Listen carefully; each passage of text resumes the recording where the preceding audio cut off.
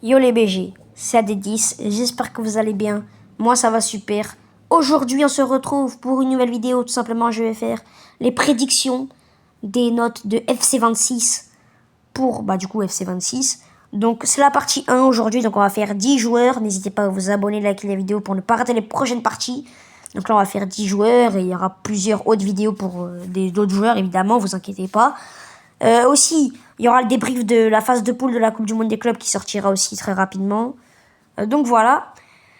On commence directement avec le premier joueur qui est Jamal Musiala, qui avait 87 de général sur FC25. Je lui mets un +1 et il passe à 88. C'est quand même une grosse saison. 21 buts, 5 passes D. Je n'ai pas touché à la vitesse. 84 pour moi ça me paraît logique. Je lui mets un +4 ou 5 en shoot parce qu'il a quand même mis 21 buts dans la saison. Il a une bonne finition. Je l'ai mis en +2 en passe, mais je ne l'ai pas mis 80 parce qu'il manque encore de création, il manque encore de vision de jeu, il manque encore de passes décisives pour le monter à plus haut. 91 de dribble, c'est sa qualité principale, c'est l'un des meilleurs dribbleurs du monde, 91.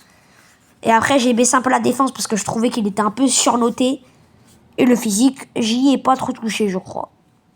On passe au deuxième joueur, William Saliba, qui avait 87 de général également sur FC25, que je monte à 88 pour FC26, avec un 86 de vitesse, donc un +4, l'un des défenseurs centraux les plus rapides du monde, très clairement. On le voit quand même face à des attaquants comme Kylian Mbappé, Vinicius, Haaland, tout ça, il se fait très peu prendre en vitesse, il arrive toujours à les rattraper, il est très rapide. Donc 86 de vitesse, ça me paraît très très bien. 39 de shoot, bon ça, pas besoin de bouger. Hein. 72 de passe, parce qu'il y a encore quelques erreurs à la relance, quelques erreurs de concentration. Donc voilà. 74 de dribble, parce que pour les mêmes raisons en fait. Et après 88 de défense et 85 de physique, parce que il est très très complet et très très bon dans ses compartiments du jeu. C'est l'un des meilleurs défenseurs centraux du monde depuis 3 ans. Il a sorti une top saison légèrement moins bonne que la saison dernière, mais une top saison quand même. On passe au troisième joueur, Gabriel, le compère de Saliba en défense centrale, son compère, mais axe gauche. Il avait 86 sur FC25, je lui mets un +2, 88. Le meilleur défenseur central d'Arsenal cette saison devant Saliba. L'un des meilleurs défenseurs centraux de PL, l'un des meilleurs défenseurs centraux du monde. Malheureusement, il s'est blessé vers début avril après la trêve de mars. Donc il n'a pas pu faire la fin de saison en PL et en Ligue des Champions, ce qui a aussi eu un impact sur l'élimination d'Arsenal face au PSG. Après la carte reste moins forte que celle de Saliba parce qu'il est beaucoup moins rapide. 74 de vitesse. C'est quand même c'est pas un défenseur très rapide. Après 88 de défense, 83 de physique. J'ai mis un peu moins de physique à Gabriel qu'à Saliba parce qu'il est un peu moins dur sur l'homme. Il va un peu moins en contact qu'un Saliba parce qu'il a moins le physique pour. Le quatrième, Caicedo, la sentinelle de Chelsea, qui j'ai envie de dire le meilleur joueur de Chelsea cette saison. Évidemment, il y a du Cole Palmer, il y a du Cucurella, il y a du Enzo Fernandez. Il y a de très bons joueurs cette saison à Chelsea. Mais pour moi, le meilleur joueur de Chelsea cette saison, en tout cas sur toute la saison de régularité, c'est vraiment Caicedo. J'aurais pu le mettre à 86 et j'ai même hésité à le mettre à 86. Mais on connaît eSports, on connaît FIFA. Ils vont sûrement faire les rabat-joie. Ils vont lui mettre un +3, 85. Donc j'ai essayé d'être réaliste. 77 de vitesse, 66 de shoot, 79 de passe, 80 de dribble, 84 de défense et 82 de physique. Donc j'ai beaucoup amélioré la défense et le physique parce que c'est l'une des meilleures sentinelles du monde, tout simplement. L'un des meilleurs milieux de PL, l'un des meilleurs milieux du monde, très complet, très très bon. Et c'est le meilleur joueur de Chelsea, donc évidemment qui mérite cette carte et qui mériterait plus en général, mais voilà. On passe au cinquième joueur qui est Cole Palmer, qui avait 85 de général sur FC25. Donc je lui mets un +1 à 86. Il a fait une première partie de saison exceptionnelle. Une première partie de saison, il avait mis 14 buts. Il avait fait une première partie de saison à 14 buts et 9 passes D. Une première partie de saison qui partait sur les chapeaux de roue. Et une première partie de saison à l'image de la saison dernière où il avait fait une saison de malade. Là, il faisait la même première partie de saison exceptionnelle. Le playmaker de Chelsea, le sauveur. Et une deuxième partie de saison qui est invisible. En deuxième partie de saison, Palmer, c'est un but, 2 passes D. Ou un but, 3 passes D, un truc comme ça. En tout cas, il n'y a que un but. Il n'y a que un seul but en une partie de saison. C'est très très inquiétant. Il y en a qui le mettent à 87, mais moi non. Quand le meilleur joueur offensif de ton équipe marque un but en 5 mois, il y a un problème. Donc je peux pas le mettre 87 et le mettre en plus 2 avec cette deuxième partie de saison dégueulasse. Donc je lui mets qu'un plus 1, mais j'améliore bien ses stats. 81 de vitesse, donc un plus 6. Parce que pour moi, il doit rentrer dans la barre des 80. Ça, c'est un joueur de demi-espace qui est pas non plus ultra rapide, évidemment, mais il mérite pas d'être à 75 de vitesse quand même, faut respecter. 83 de shoot, il a quand même 40 buts en 2 saisons, c'est quand même énorme. Une grande finition, une grosse qualité de frappe. Donc 83 de shoot, 84 de passe, il a une vision de jeu, on l'a encore vu en finale de Conference League. Les 2 passes dès qu'il sort, c'est des merveilles. Donc j'aurais pu lui mettre plus, mais il faut rester un minimum modéré. Mais il a une vision de jeu hors norme. 84 de passe, 88 de dribble, sa qualité principale. En même temps, ça doit être la qualité principale de tous les MOC, donc c'est un peu logique. Et après, défense et physique, on s'en fiche un peu. On passe au 6e joueur qui est Enzo Fernandez, 85 de général. Il avait 82 sur FC25, je lui mets un plus 3. Honnêtement, s'il a 84, pour moi, ça ne me surprendrait pas. Même limite, je le mettrais même peut-être plus à 84 que 85, honnêtement, parce que Caicedo, je lui mets quand même un plus 1 comparé à Enzo Fernandez. Donc je le mettrais plus 84, mais s'il a 85, je serais pas surpris. Mais voilà, 84 de général, Enzo Fernandez, 1 plus 2. Grosse saison, surtout en deuxième partie de saison, il fait une grosse deuxième partie de saison. De très bonnes statistiques, 10 buts, 14 passes D. Pour un milieu box-to-box, c'est très très fort. J'ai pas non plus beaucoup amélioré ses stats, si ce n'est la passe, où je l'ai un peu amélioré, 85, parce que c'est sa qualité principale. Mais là où j'ai le plus amélioré, c'est surtout défensivement et physiquement, parce que c'est là où je trouve qu'il s'est le plus amélioré dans ce rôle de box-to-box. C'est vraiment bien amélioré. Donc 78 de défense, 79 de physique. Voilà pour Enzo Fernandez. On passe au 7e joueur qui est Ibrahima Konaté, le défenseur central de Liverpool, qui avait 83 de général sur FC25. Je lui mets un bon plus 2 à 85. Il a fait une très grosse saison, la meilleure saison de sa carrière, sans aucun débat. Je l'ai pas mis 86 parce que il y a encore quelques erreurs de concentration, même pas mal d'erreurs encore à la relance, de concentration. Des fois, il est un peu perdu, des fois, il se fait avoir bêtement. Donc, il y a encore quelques erreurs d'inattention qui font que c'est pas encore un défenseur ultra fiable. On l'a encore vu avec l'équipe de France contre l'Espagne. Donc, 85, 1 plus 2.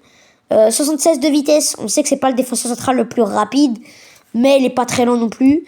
65 de passe, tout simplement parce que, comme j'ai dit, quand Konaté a le ballon au pied, je suis jamais grave rassuré. 86 de défense, parce que ça reste l'un des meilleurs défenseurs centraux du monde cette saison. Et 85 de physique, parce qu'il a un gros impact sur l'homme, il est dur sur l'homme, il arrive souvent à bouger les attaquants adverses. Il est très bon dans ce domaine-là. Voilà pour Ibrahima Konaté. On passe au 8e joueur, McAllister, qui avait 86 de général sur FC25, 1 plus 1, 87. Il fait encore une fois une grosse saison à Liverpool.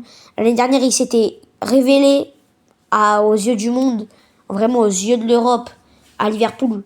Là, c'était la confirmation. Il a encore sorti une top saison. Donc, j'ai amélioré un peu toutes les stats, que ce soit la passe ou le dribble.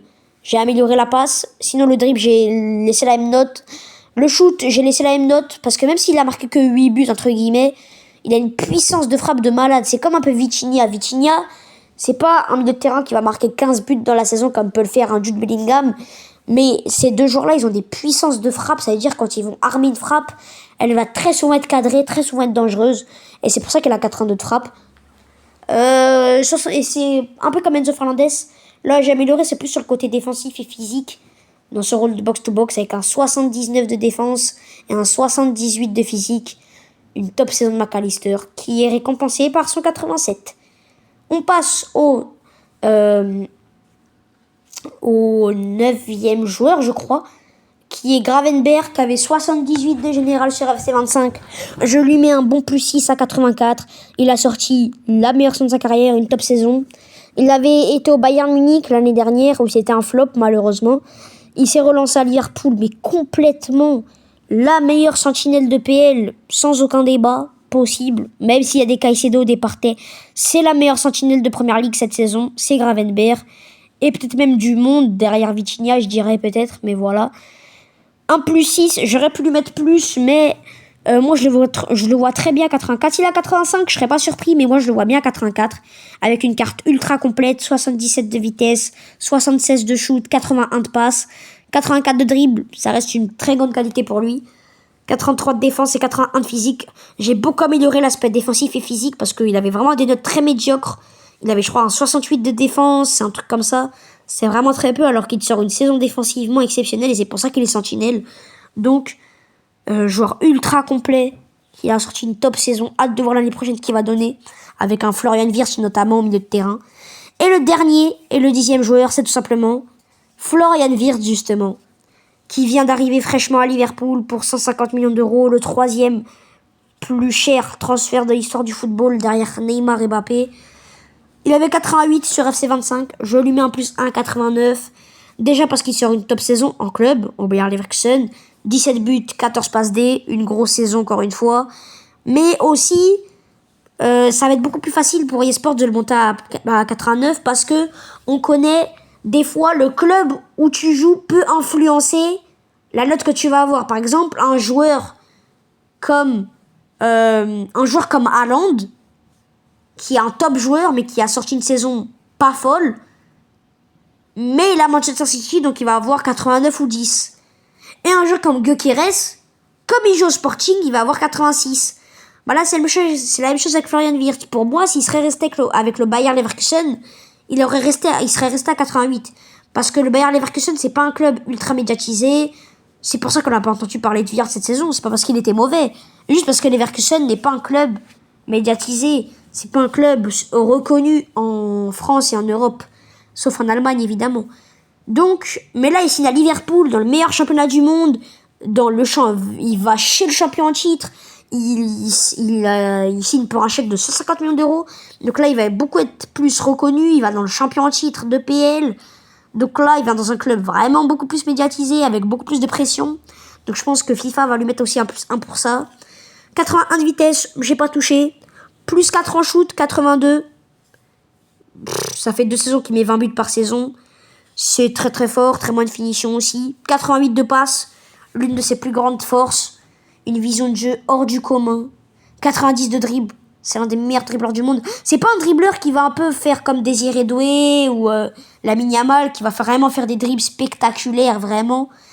Mais lui, quand il dribble, c'est tellement efficace. Genre, il va pas te faire des arcs-en-ciel, des virgules, des contrôles sombrero, je sais pas quoi, des ailes de pigeon et tout. Mais par contre, lui, quand il dribble, ça va peut-être être un crochet, un passement de jambes simple. Mais c'est très très efficace. C'est vraiment un dribbleur très efficace. Et après, le reste, après, on s'en fiche un peu. Donc voilà pour la partie 1 de cette série. Mes prédictions des notes FC26. Donc j'espère que cette vidéo vous aura plu. Nous allons être très vite pour le débrief de la phase de poule de la Coupe du Monde des clubs. D'ailleurs, en plus, cette vidéo devrait être la 100e vidéo de la chaîne, donc ça fait plaisir. Les autres parties, évidemment, avec d'autres joueurs, que ce soit Lamine Yamal, Désiré Doué, Kylian Mbappé, tout ça, arrivera dans les prochaines vidéos, dans les prochains jours, prochaines semaines. C'était Adedi, les amis. Prenez soin de vous. Ciao!